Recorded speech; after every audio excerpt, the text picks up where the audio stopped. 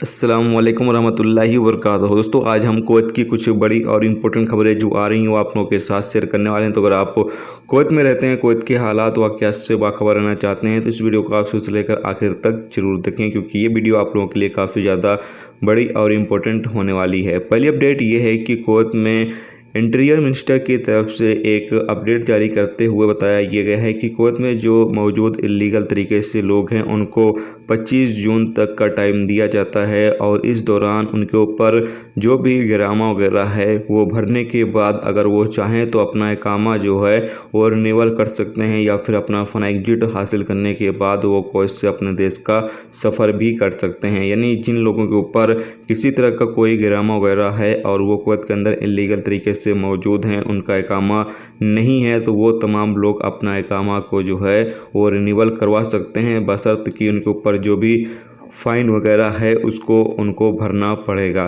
जो इकामे के ऊपर फ़ाइन है या फिर और कोई फ़ाइन आपके ऊपर है तो तमाम फ़ाइन जो है वो आपको देने होंगे। उसके बाद आपका जो इकामा है वो रिन्यूअल कर दिया जाएगा, या फिर अगर आपको कुवैत से जाना है तो आपको फन एग्जिट भी दिया जाएगा ताकि आप कुवैत से अपने देश का सफ़र कर सकें।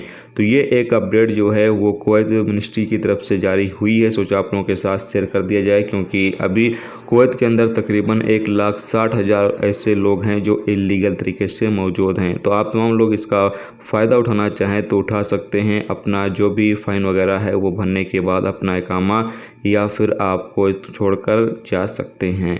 इसके अलावा अगली अपडेट ये है कि अहमदी जांच डिपार्टमेंट ने सबा अल अहमद के इलाके में रेत चोरी करने के आरोप में 12 वर्करों को गिरफ्तार किया है और उनको आगे की कानूनी कार्रवाई के लिए भेज दिया गया है। आपकी जानकारी के लिए बता दें कि 12 वर्करों में 4 बांग्लादेशी भी शामिल हैं। ये लोग यहाँ से रेत और जो सरिया वगैरह है वो चोरी कर रहे थे, और चोरी करते हुए ये तमाम लोगों को पकड़ा गया है। इनके ऊपर छापा मारा गया और छापे के दौरान इन लोगों को गिरफ्तार कर लिया गया है।